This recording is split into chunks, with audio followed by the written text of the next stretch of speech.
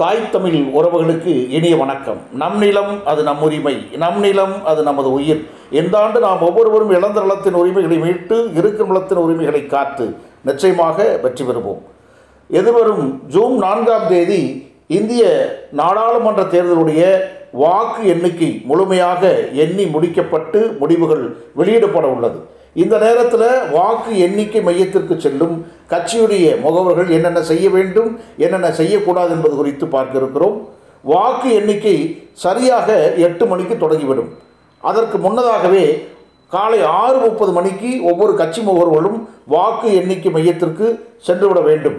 அது மட்டும் இல்லாமல் சீக்கிரம் அங்கே போய் உக்காந்தா தான் அங்கே இருக்கக்கூடிய மேஜையின் முன்பு நமக்கு வைக்கப்பட்டுள்ள அந்த வாக்குப்பதிவு இயந்திரங்களை சரியாக நம்ம கண்காணித்து தவறுகள் நடந்தால் அதை உடனடியாக புகார் தெரிவிக்க முடியும். ஆகவே நீங்கள் முன்கூட்டியாக சென்று விடுங்கள். காலதாமதமாக சென்றால் அதற்கு நிறைய சிக்கல்களை சந்தித்து நாம் உள்ள செல்ல முடியும். ஆகவே முன்கூட்டியாக சென்று விடுங்கள்.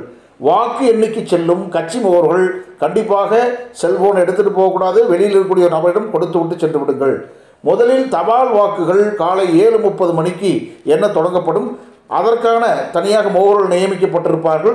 அவர்கள் அதை கவனமோடு கண்காணித்து அதில் ஏதாவது தவறுகள் நடந்தால் உடனே புகார் தெரிவிக்க வேண்டும். தபால் வாக்குகளுடன் சேவை வாக்காளர்களின் வாக்குகள் ஸ்கேனர் மூலமாக வாக்குச்சீட்டுடைய உண்மைத்தன்மை உறுதி செய்யப்பட்டு சரியான வாக்குச்சீட்டுகள் அஞ்சல் வாக்குச்சீட்டுகளும் சேர்த்து எண்ணப்படும். இது சரியாக உள்ளதா என்பதை கண்காணிக்க வேண்டும். தபால் வாக்குகள் எண்ணிக்கை முடிந்து அதன் முடிவுகள் அறிவிக்கும் வரை அதற்காக நியமிக்கப்பட்டுள்ள முகவர்கள் அங்கிருந்து வெளியேறக்கூடாது. அடுத்ததாக சரியாக 8 மணிக்கு இயந்திர வாக்குப்பதிவு எண்ணிக்கை துவங்கும்.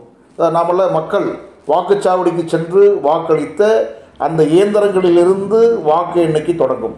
அதற்கு முன்னதாக நமது கட்சி முகவர்களிடம் வாக்குப்பதிவு நாளன்று எலெக்ஷன் ஆபீசர்கள் 17G படிவம் ஒன்று வழங்கியிருப்பாங்க இல்லையா, அது ஒவ்வொரு டேபிளிலும் உள்ள நமது முகவர்களுக்கு வழங்கப்படும். ஒவ்வொரு சுற்று வாக்கு எண்ணிக்கை துவங்கும் போது ஒவ்வொரு டேபிளிலும் கொண்டு வரப்படும் வாக்குப்பதிவு இயந்திரங்களில் உள்ள சீல்கள் சரியாக உள்ளதா என்பதை கட்சி முகவர்கள் கட்டாயம் கண்காணிக்க வேண்டும். அதேபோல் 17C படிவத்தில் உள்ள இயந்திரங்களுடைய எண்களும் வாக்குப்பதிவு இயந்திரத்தில் உள்ள எண்களும் சரியாக உள்ளதா என்பதை சரிபார்க்க வேண்டும். இது முக்கியமானது, கவனமானது. அப்போதுதான் வாக்குப்பதிவு மெஷினை மாற்ற முடியாது. சரியாக இருக்கிறதா என்பதை சரிபார்க்க வேண்டியது ஒவ்வொரு கட்சி முகவர்களுடைய கடமை.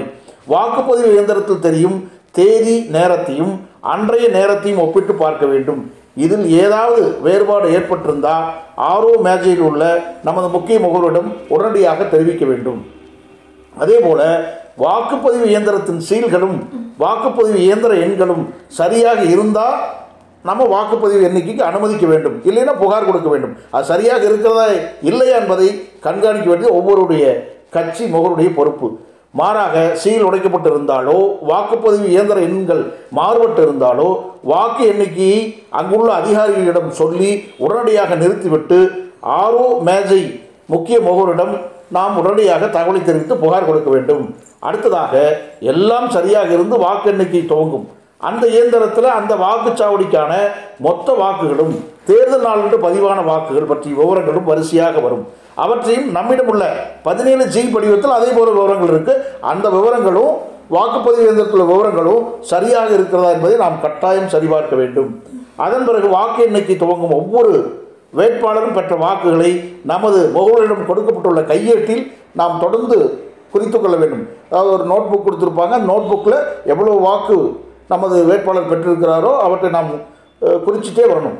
ஒரு இயந்திரத்தில் வாக்கு எண்ணிக்கை நடைபெற்று கொண்டிருக்கும் பொழுது அந்த இயந்திரத்தில் ஏதாவது பழுது ஏற்பட்டால் உடனடியாக வாக்கு எண்ணிக்கை அங்குள்ள அதிகாரிகளிடம் சொல்லி ஆரோ டேபிளில் உள்ள நமது முக்கிய முகவரிடம் சொல்லி அந்த வாக்கு எண்ணிக்கையை தடுத்து நிறுத்த வேண்டும். பின்னர் பழுதான இயந்திரத்தினுடைய சரியில்லையெல்லாம் சரி செய்து ஒப்புகை சீட்டுகளை எண்ணி பார்த்து எந்தெந்த வாக்காளருக்கு எவ்வளவு வாக்குகள் பதிவாக உள்ளது என்பதை குறித்து கொள்ள வேண்டும். ஒரு சில வாக்குச்சாவடிகளில் வாக்குப்பதிவு நாள் அன்று வாக்குப்பதிவு இயந்திரங்கள் பழுதாகி இருந்ததால் வேறு இயந்திரங்கள் கொண்டு வாக்குப்பதிவு நடத்தப்பட்டிருக்கும். அதன் விவரங்கள் நமது முகவரிடம் வழங்கப்பட்டுள்ள 17G படிவத்தில் 2 இயந்திர எண்களும் குறிப்பிடப்பட்டிருக்கும். எனவே அந்த இயந்திரங்களிலும் வாக்கு எண்ணிக்கை நடத்தி 2 இயந்திரங்கள் ஒவ்வொரு வேட்பாளர் பெற்ற வாக்குகளை மொத்தமாக கூட்டி நமக்கு கொடுத்துள்ள அந்த கையேட்டு புக்கில் குறித்து கொள்ள வேண்டும். ஒவ்வொரு மேஜையிலும் அந்த சுற்று முழுமையாக எண்ணி முடிக்கப்பட்ட பின்னர் தான் அடுத்த சுற்றுக்கான வாக்குப்பதிவு இயந்திரத்தை நாம் கொண்டு வர அனுமதிக்க வேண்டும். அதற்கு முன்னதாக கொண்டு வந்தால் நாம் அனுமதிக்கக்கூடாது. ஒவ்வொரு சுற்றுகளும் முடிந்த பிறகு அந்த சுற்றுகளில் நமது கட்சி வேட்பாளர்கள் எவ்வளவு வாக்குகள் பெற்றார்கள் என்ற விவரங்களை அறிவிப்பு பலகையில் குறிப்பிடப்பட்டு வேட்பாளர்கள் பெறும் மொத்த வாக்கு விவரம் படிவு 17C பார்ட் 2 பதிவு செய்யப்பட்டு வேட்பாளர்களின் முகவர்களிடம் கையெழுத்து பெறப்படும். இதனை ஆர்ஓ டேப்பில் உள்ள நம்முடைய முதன்மை முகவர் கண்காணித்து ஒவ்வொரு சுற்று வாக்குகளையும் பதிவு செய்யப்படும் 17C2 படிவத்தின் நகலை பெற்றுக்கொள்ள வேண்டும். வாக்குப்பதிவு இயந்திரங்களில் உள்ள வாக்கு எண்ணிக்கை முடிந்த பிறகு ஒவ்வொரு சட்டமன்ற தொகுதியிலும் குலுக்கல் முறையில் தேர்வு செய்யப்பட்ட 5 எண்ணிக்கையிலான உள்ள ஒப்புகைச் சீட்டுகளை எண்ணி பார்க்கப்பட்டு அந்த வாக்குகளின் எண்ணிக்கையும் அந்த இயந்திரத்தில் ஏற்கனவே எண்ணப்பட்ட வாக்குகளின் எண்ணிக்கையும் சரியாக உள்ளதா என்பதை கவனமாக பார்க்க வேண்டும். வாக்கு எண்ணும் மையத்தில் ஏதாவது முறைகேடுகள் இருப்பின் அதனை நமது வேட்பாளரோ அல்லது முதன்மை முகவரோ எழுத்து மூலம் அங்குள்ள உதவி பொது தகவல் அலுவலரிடம் புகார் தெரிவித்து அந்த புகாருக்கு ஒப்புகைச் சீட்டை கட்டாயம் பெற வேண்டும். அனைத்து சுற்று வாக்குகளும் எண்ணி முடிக்கப்பட்ட பிறகு 5 எண்ணிக்கையில் ஒப்புகைச் சீட்டுகளும் எண்ணி முடித்த பிறகு நமது முகவர்கள் வாக்கு எண்ணும் அறையை விட்டு வெளியே வர வேண்டும். அதற்கு முன்னதாக எவ்விதத்திலும் வெளியே வந்துவிடக்கூடாது என்பதை கவனமாக இருங்கள்.